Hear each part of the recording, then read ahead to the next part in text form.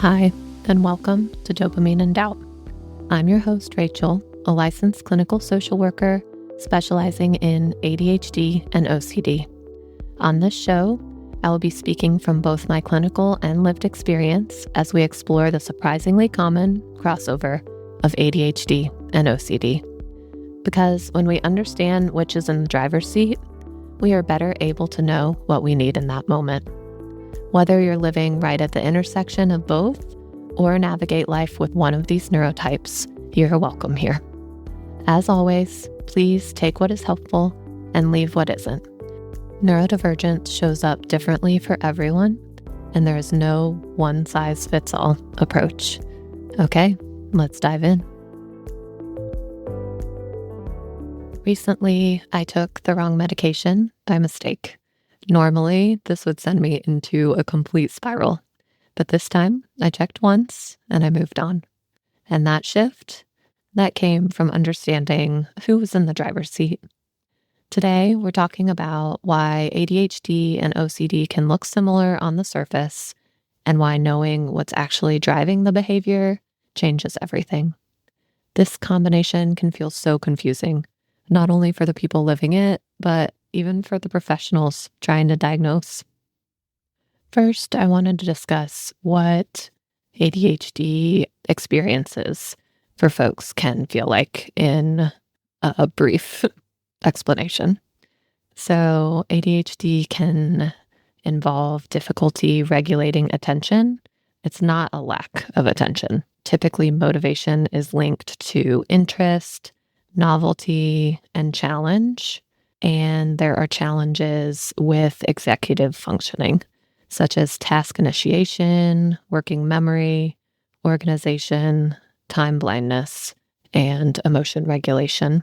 ADHD is not a knowledge problem. It is often a activation difficulty. OCD, I would say, is much less understood than ADHD, especially in the general population. So I wanted to spend a little more time on that, just to explain that OCD is not the media stereotypes of contamination OCD, which is a very real subtype, but we're not all washing our hands repeatedly. There also can be the stereotype of a very neat and tidy, perfectionistic person. Again, that can be a subtype. Nothing wrong with either of those. But plenty of us are pretty messy and we still have OCD. Also, there's a big misconception that, and I get this, but I want to talk about it. And people who have a thought, there's a belief that they want to act on that thought. And that can be really damaging because that is someone with OCD's worst fear. So OCD is characterized by intrusive thoughts, feelings, urges, and sensations. The obsessions create distress or uncertainty, and they can be about any topic. Compulsions are an attempt to reduce distress, and compulsions can be visible or mental. Typically, I see with folks that compulsions fall into one of 5 categories: reassurance seeking, mental rumination, avoidance, an actual behavior such as checking, and self-punishment, I would say, is the final one that I see most often.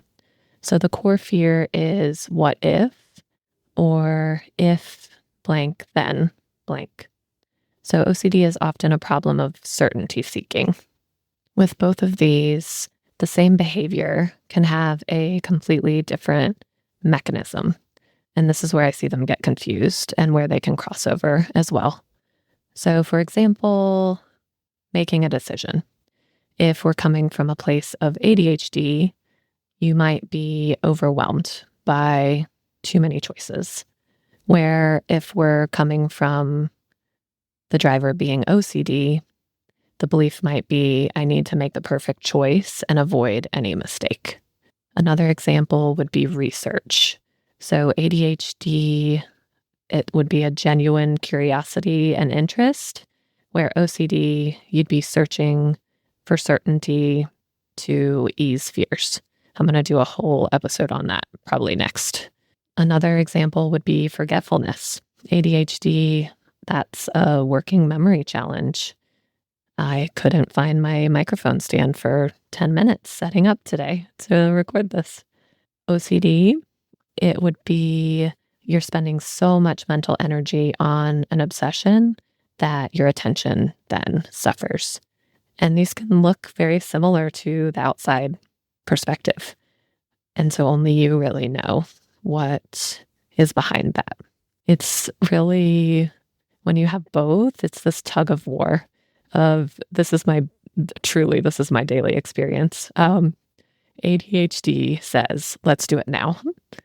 OCD says, let's think about it for about 3 more hours just to make sure. So the ADHD part really wants novelty and the OCD wants certainty. Part of me is really impulsive and then part becomes terrified. We're not managing one thing, but 2 conditions that respond to each other. ADHD can create situations that trigger OCD, and OCD's rigidity can make ADHD symptoms harder to accommodate. There's going to be an example at the end of the podcast of this in my life that I hope explains it even more. Neither one's a problem, but the constant back and forth can be really draining. And if we're only treating one side, we're missing half of the picture. So managing this tug of war means knowing which rope is pulling hardest in that moment. So instead of asking yourself, what am I doing? Ask, why am I doing it? And again, who is driving right now? Let's look at what this can look like in real life.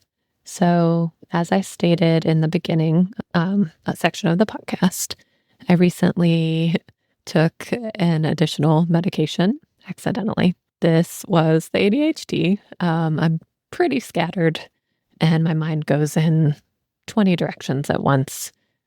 And pretty often I have a lot going on in there that I'm thinking about. And so I honestly don't even remember what was going on that morning, but clearly distracted and pretty sure the medication was in the wrong part of the pill box. So one of the ways I manage my ADHD is I have one of those pill boxes, and my cat takes a lot of medication. She's an elderly cat. I have some supplements and medication, and so I divide them out for the week, and then it helps me so I don't have to mentally check, did I take it? Well, I messed up and it was in the wrong spot. So I took 2. Normally, something like this would really trigger my OCD response. I don't like making mistakes. That's a whole thing. And also this big worry of, again, like causing harm, making a mistake. I wanted certainty that it was going to be okay that I took 2. So the urge was wanting to check Google multiple times. That is pure reassurance seeking when you don't just check once, you read 20 articles and get on Reddit, and then you do another Google search an hour later because you didn't get that relief from looking it up the first time. Typically, I would catastrophize that this mistake means, I'm going to have a really horrible reaction. No one's going to know. No one will be able to help me. Or I typically would have sought reassurance by calling a friend or my husband to tell them what happened and hope that they told me it would be okay. None of those compulsions would have helped the situation. I would have continued to Google, wanting to know for sure. I would have continued to worry that the worst was going to happen, and no amount of people telling me it was going to be okay would have made the fear ease. And so I did instead what I want to teach you all, which is I recognized that OCD had taken over the moment and I chose a different response. I did Google one time and saw that there should not be an interaction or any issues with taking two. And so instead of continuing the spiral, I paused and I tolerated the discomfort that was there because I did, of course, still want more certainty. But instead, I offered myself self-compassion that, okay, you made a mistake and you looked it up. And now all we can do is move forward and turn towards the things that I value and that are important in my life, which on that day, I was home with my kiddo and I wanted to play with him. And so that's what I did instead. And eventually, I worked through it and the day ended up being great. I didn't need to beat myself up that my system that normally works for my ADHD didn't happen to that day. And normally it does. That's why it's there. And so this is what it can look like. And this is what it can also look like when there is progress. Because a decade ago, I would have just done all of those compulsions and been so hard on myself for just the scattered person that I sometimes can be under stress. Both of these show up more so under stress for me. So I look forward to next episode and discussing reassurance seeking versus hyperfixation and how to tell the difference. I hope you'll join me. This podcast is for educational and informational purposes only and does not replace professional mental health care. If you are struggling, please reach out to a qualified mental health provider who can work with you directly. What I share here comes from my clinical experience and my own journey, but your situation is unique to you. If you are in crisis, please contact 988 or go to your nearest emergency room. Thanks for being here.